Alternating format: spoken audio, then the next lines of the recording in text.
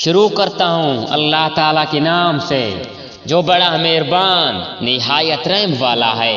اور موسیٰ ایک ایسے وقت شہر میں آئے جبکہ شہر کے لوگ غفلت میں تھے۔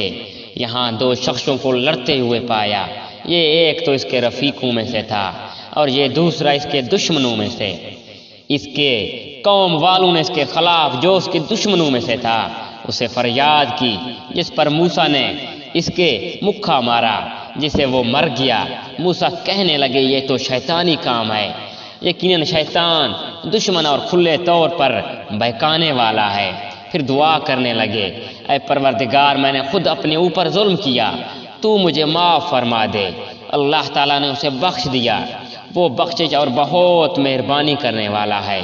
کہنے لگے اے میرے رب، جیسے تو نے مجھ پر یہ کرم فرمایا، میں بھی اب ہرگز کسی گناہ گار کا مددگار نہ بنوں گا۔ صبح ہی صبح ڈرتے اندیشہ کی حالت میں خبریں لینے کو شہر میں گئے کہ اچانک وہی شخص جس نے کل ان سے مدد طلب کی تھی ان سے فریاد کر رہا تھا۔ موسیٰ نے اس سے کہا کہ اس میں شک نہیں کہ تم بالکل بے راہ ہے۔ پھر جب اپنے اور اس کے دشمن کو پکڑنا چاہا وہ فریادی کہنے لگا کہ موسیٰ، کیا جس طرح تو نے کل ایک شخص کو قتل کیا مجھے بھی مار ڈالنا چاہتا ہے؟ تو ملک میں ظالم و سرکش ہونا ہی چاہتا ہے اور تیرا یہ ارادہ ہی نہیں کہ ملاب کرنے والوں میں سے ہو۔ شہر کے پرلے کنارے سے ایک شخص ڈرتا ہوا دوڑتا ہوا آیا اور کہنے لگا، اے موسیٰ، یہاں کے سردار تیرے قتل کا مشورہ کر رہے ہیں، پھر تو بہت جلد چلا جا، مجھے اپنا خیر خواہ مان۔ پس موسیٰ وہاں سے خوف زدہ ہو کر دیکھتے بھاگتے نکل کھڑے ہوئے، کہنے لگے اے پروردگار مجھے ظالموں کے گروہ سے بچا لے۔ اور جب مدین کی طرف متوجہ ہوئے تو کہنے لگے مجھے امید ہے کہ میرا رب مجھے سیدھی راہ لے چلے گا۔ مدین کے پانی پر جب آپ پہنچے تو دیکھا کہ لوگوں کی ایک جماعت وہاں پانی پلا رہی ہے اور دو عورتوں اللہ کھڑی اپنے جانوں کو روکتی ہوئی دکھائی دی۔ پوچھا کہ تمہارا کیا حال ہے؟ وہ بولیں کہ جب تک یہ چرواہ ہیں واپس نہ لوٹ جائیں ہم پانی نہیں پلائیں، اور ہمارے والد بہت بڑی عمر کے بوڑھے ہیں۔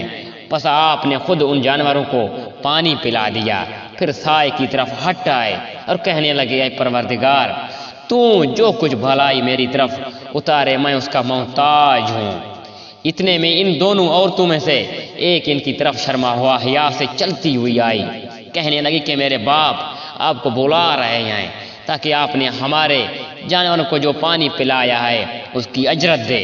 جب موسیٰ ان کے پاس پہنچے ان سے اپنا سارا حال بیان کیا تو کہنے لگے اب نہ ڈر، تو نے ظالم قوم سے نجات پائی۔